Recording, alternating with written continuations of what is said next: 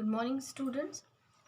कल हमने metals and non metals में chemical properties of metal start की थी, जिसमें हमने कल reaction of metals with oxygen देखा था। ठीक है, हमने देखा था कि मेटल जब ऑक्सीजन के साथ रिएक्ट करता है तो वो मेटल ऑक्साइड बनाता है। ठीक है, तो उसका बेसिक रिएक्शन जो था वो था metal plus oxygen gives metal oxide. ठीक है, सो कल हमने रिएक्टिविटी सीरीज भी देखी थी कि मेटल जब ऑक्सीजन के साथ रिएक्ट करते हैं तो कौन सा मेटल सबसे ज़्यादा करता है और कौन सा कम करता है रिएक्ट और कौन सा करता ही नहीं है। ठीक है, तो आज हम इसमें आगे करेंगे। Second point is reaction of metals with water. ठीक है, जो मेटल है वो वाटर के साथ कैसे रिएक्ट करते हैं। तो एक बार यहाँ पे भी मैं आपको क्लियर कर दूं कि इसमें भी जो रिएक्टिविटी सीरीज है वो डिपेंड करेगी कि जो सबसे ज़्यादा कौन सा मेटल रिएक्ट करेगा और सबसे कम कौन सा मेटल रिएक्ट करेगा और कौन सा करेगा ही नहीं। ठीक है, सो जब हम देखते हैं reaction of metals with water, तो उसका जो बेसिक रिएक्शन है वो रहेगा metal plus water gives out metal oxide and hydrogen gas. ठीक है, वो क्या देता है, मेटल ऑक्साइड देता है और हाइड्रोजन गैस देता है। और ये मेटल ऑक्साइड फर्दर अगर सॉल्युबल होता है वाटर में तो वो मेटल ऑक्साइड प्लस वाटर, वो मेटल ऑक्साइड फिर वाटर के साथ रिएक्ट करता है और हमें क्या मिलता है, मेटल हाइड्रोक्साइड मिलता है। ठीक है, so now we will see the reaction. Metal reacts with water and produce a metal oxide. Metal जो है वो वाटर के साथ रिएक्ट करके मेटल ऑक्साइड बनाता है और हाइड्रोजन गैस बनाता है। ठीक है, so metal oxides that are soluble in water dissolves it in further to form metal hydroxide. तो मेटल ऑक्साइड जो वाटर में सॉल्युबल होते हैं वो और इसमें डिसॉल्व होते हैं और मेटल हाइड्रोक्साइड बनाते हैं। All metals do not react with water as the metals placed lower in the reactivity series are less reactive towards water. तो सारे के सारे metals जो भी हैं हमारे पास वो water के साथ react नहीं करते हैं। जो हमारे पास ये reactivity series में सबसे पहले आते हैं metals, वो water के साथ बहुत तेज़ी से vigorously react करते हैं और बाकी थोड़ा कम करते हैं और कुछ तो करते ही नहीं हैं। ठीक है, सो इसमें मैंने कल भी आपको बताया था कि जो मेटल्स हैं हमारे पास, जैसे पोटेशियम है, सोडियम है, ये हाईली रिएक्टिव मेटल्स हैं। और मतलब ये इतने रिएक्टिव मेटल्स हैं कि अगर इनको खुला भी छोड़ दे तो ये फायर कैच कर लेते हैं, इनका बर्निंग शुरू हो जाता है। ठीक है, सो ये ऑक्सीजन के साथ भी रिएक्ट करते हैं एकदम से।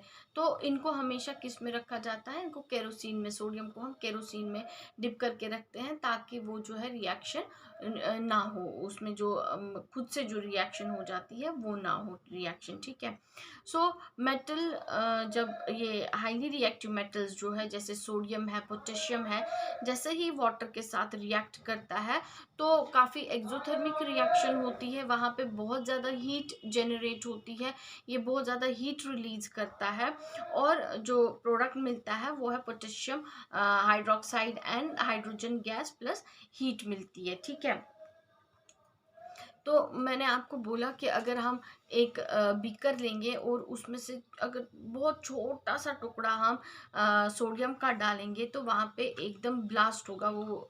तो वो ब्लास्ट इस वजह से होता है क्योंकि ये एक्सोथर्मिक रिएक्शन होती है वाटर के साथ। जैसे ही वो मिक्स होता है, सोडियम होता है, तो एकदम से ही रिएक्शन होता है वहाँ पे और वो जो है सोडियम हाइड्रोक्साइड बनता है, हाइड्रोजन गैस बनता है और हीट जो वहाँ पे रिलीज होती है वो सफिशेंट होती है कि वहाँ पे वो ब्लास्ट टाइप होता है क्योंकि हाइड्रोजन गैस एकदम से वो फायर कैच कर लेता है। ठीक है, तो मतलब सोडियम और पोटेशियम जो है वो हाईली रिएक्टिव विद वाटर है। ठीक है, then is the reaction of calcium with water. ठीक, नेक्स्ट हम देखेंगे कैल्शियम जो सोडियम और पोटेशियम के बाद ही आता है। तो रिएक्टिविटी सीरीज मैंने इसमें लास्ट में दी हुई है। तो सबसे पहले potassium and sodium highly reactive है, बहुत ज़्यादा ही एक्सोथर्मिक रिएक्शन करते हैं ये जब वाटर के साथ मिलते हैं, हाइड्रोजन गैस प्रोड्यूस करते हैं और बहुत ज़्यादा हीट भी प्रोड्यूस होती है। Next is calcium. तो जब कैल्शियम के साथ रिएक्ट करता है तो उतना ज़्यादा वॉयलेंट रिएक्शन नहीं होता है जितना कि हमको सोडियम और पोटेशियम में देखने को मिलता है। So this reacts with water. तो हीट भी इतनी ज़्यादा इवॉल्व नहीं होती है, लेकिन हाइड्रोजन गैस बनता है और कैल्शियम हाइड्रोक्साइड बनता है वहाँ पे, ठीक है। जब भी कैल्शियम वाटर के साथ रिएक्ट करेगा, कोल्ड वाटर के साथ रिएक्ट करेगा, तो ऊपर भी जो है रिएक्शन कोल्ड वाटर के साथ ही है जो सोडियम और पोटेशियम की है। तो कोल्ड वाटर डजंट मीन यहाँ पे कि मतलब हमने कोई बर्फ वरफ डाली है उसमें, दैट मीन्स कि नॉर्मल जो रूम टेम्परेचर पे जितना वो ठंडा पानी है उसमें, उसके साथ जब वो रिएक्ट करता है तो कैल्शियम हाइड्रोक्साइड बनाता है और हाइड्रोजन गैस बनती है, ठीक है। सो तो कैल्शियम के बाद हम देखते हैं जो मैग्नीशियम है वो भी लगभग जैसे कैल्शियम रिएक्ट करता है वाटर के साथ, वैसे ही मैग्नीशियम भी करता है। और उसके बाद हम देखते हैं एल्युमिनियम और आयरन की रिएक्शन जो होती है वाटर के साथ। वो डायरेक्टली वाटर के साथ रिएक्ट तो नहीं करते हैं, जैसे एल्युमिनियम हो गया, आयरन हो गया, जिंक हो गया, लेकिन ये स्टीम के साथ रिएक्ट करते हैं, ठीक है। सो कोल्ड या हॉट वाटर के साथ तो रिएक्ट नहीं करते हैं, स्टीम के साथ बेशक करते हैं। तो रिएक्शन क्या बनता है हमारा, aluminium plus water which is in the form of steam, ठीक है। It gives aluminium oxide and hydrogen gas, वो भी वहाँ पे एल्युमिनियम ऑक्साइड और हाइड्रोजन गैस रिलीज करता है। या अगर हम आयरन की रिएक्शन देखेंगे तो आयरन जब स्टीम के साथ रिएक्ट करेगा तो रिएक्शन में हम कैसे दिखाएंगे कि स्टीम है, वाटर ही लिखेंगे क्योंकि फॉर्मूला तो वही रहेगा, लेकिन नीचे हम ब्रैकेट में उसमें स्टीम लिख सकते हैं, ठीक है। तो स्टीम के साथ रिएक्ट करेगा और जो प्रोडक्ट मिलेगा हमारे को वो होगा फेरस ऑक्साइड और हाइड्रोजन गैस बेशक इवॉल्व होगा वहाँ पे, ठीक है। तो ये तो था रिएक्शन एल्युमिनियम और आयरन के लिए।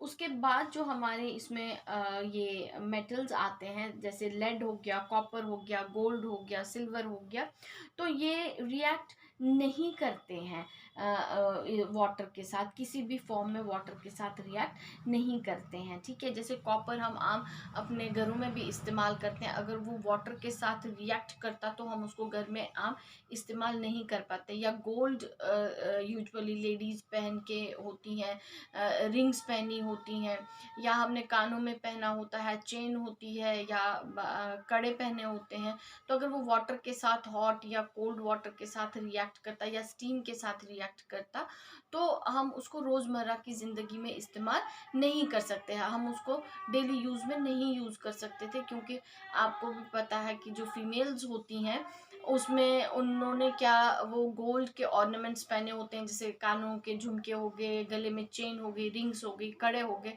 तो जैसे वो मतलब बर्तन धोएंगी या कपड़े धोएंगी या जैसे नहाने के टाइम पे जो कानों के झुमके हैं या चेन है, तो पानी तो उस पर गिरेगा ही, अगर वो रिएक्टिव होता तो वो लेडीज यूज नहीं कर सकती थी। तो ये मतलब यहाँ पे हमको पता चलता है कि गोल्ड और सिल्वर जो है इसके साथ रिएक्ट नहीं करता है, ना ही कॉपर किसी भी फॉर्म में इसके साथ रिएक्ट करता है, ठीक है। सो ये एक इम्पॉर्टेंट नोट आप रखेंगे इसमें कि लेड, कॉपर, गोल्ड, सिल्वर जो है वो वाटर के किसी भी फॉर्म के साथ रिएक्ट नहीं करता है, ना कोल्ड वाटर के साथ, ना हॉट वाटर के साथ, और ना ही स्टीम के साथ रिएक्ट करता है। और उसके बाद आता है इसमें reaction of metals with acid. Acid के साथ जब इनकी रिएक्शन होती है तो वो कैसे होती है, क्या हर कोई मेटल रिएक्ट करता है एसिड के साथ या नहीं करता है। तो सबसे पहले जो हम देखेंगे इसमें तो reaction of metal with dilute HCl हम देखते हैं। तो ये एक प्रैक्टिकल भी हम करते हैं जो हमको देखना होता है कि हाइड्रोजन गैस बनाना है हमारे को लेबोरेटरी में, तो उसके लिए हम जो यूज़ करते हैं उसमें हम जिंक ग्रेन्यूल्स लेते हैं। तो जिंक ग्रेन्यूल्स लेने के बाद हम उसमें डाइल्यूट HCl डालते हैं या ये जब एसिड डालते हैं तो उसमें वहाँ पे क्या होता है, हाइड्रोजन गैस इवॉल्व हो जाती है। सो जो बेसिक रिएक्शन रहेगा that will be metal plus dilute acid which gives salt plus hydrogen. मतलब जिंक अगर हम मेटल की जगह ले रहे हैं, डाइल्यूट एसिड की जगह हमने HCl लिया, तो reaction will be Zn plus HCl gives out या product is ZnCl2 which is zinc chloride और हाइड्रोजन गैस। ठीक है, तो जो ये हाइड्रोजन गैस बनती है जब ये मेटल और एसिड रिएक्ट करेंगे, डाइल्यूट एसिड रिएक्ट करेंगे, तो ये एक चीज़ नोट करनी है यहाँ पे कि वो जो एवोल्यूशन ऑफ हाइड्रोजन गैस है वो डिक्रीज होता जाएगा जैसे जैसे कि रिएक्टिविटी सीरीज जो है नीचे की तरफ आएगी, क्योंकि जैसे मैग्नीशियम है, एल्युमिनियम है, वो ज़्यादा रिएक्ट करते हैं, तो आयरन है, तो ये आहिस्ता आहिस्ता कम कम दिखाता जाएगा हमारे को इसकी रिएक्शन। तो ऐसे ही मेटल जब HNO3 के साथ रिएक्ट करता है तो ये हाइड्रोजन गैस प्रोड्यूस करता है।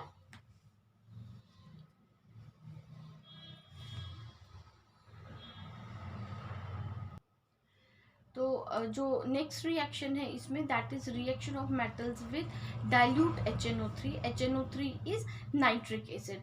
अब देखिए जैसे हमने HCl में देखा उसमें हाइड्रोजन गैस बनती है, लेकिन जब HNO3 के साथ रिएक्शन होगा तो उसमें हाइड्रोजन गैस नहीं बनती है, क्योंकि HNO3 जो है वो स्ट्रॉन्ग ऑक्सीडाइजिंग एजेंट होता है।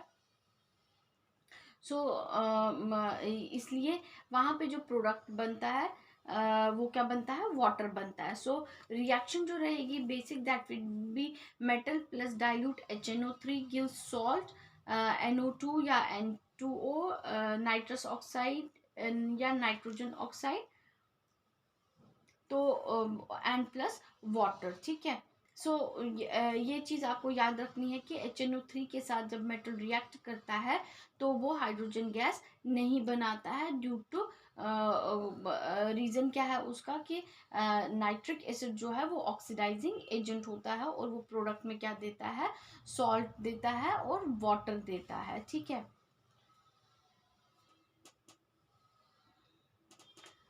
सो आज हमने ये रिएक्शन ऑफ मेटल्स देखा, reaction of metals with water देखा, reaction of metal with acid देखा। ठीक है, तो ये दो चीज़ें हमने देखी। मैंने आपको इसके जो नोट्स बनाए थे वो भी भेज दिए हैं। जब आप ये वीडियो देख रहे होंगे तो आप वो सामने रखेंगे और रिएक्शंस को देखेंगे और उसको समझने की कोशिश करेंगे। Till then, good bye, take care and stay safe.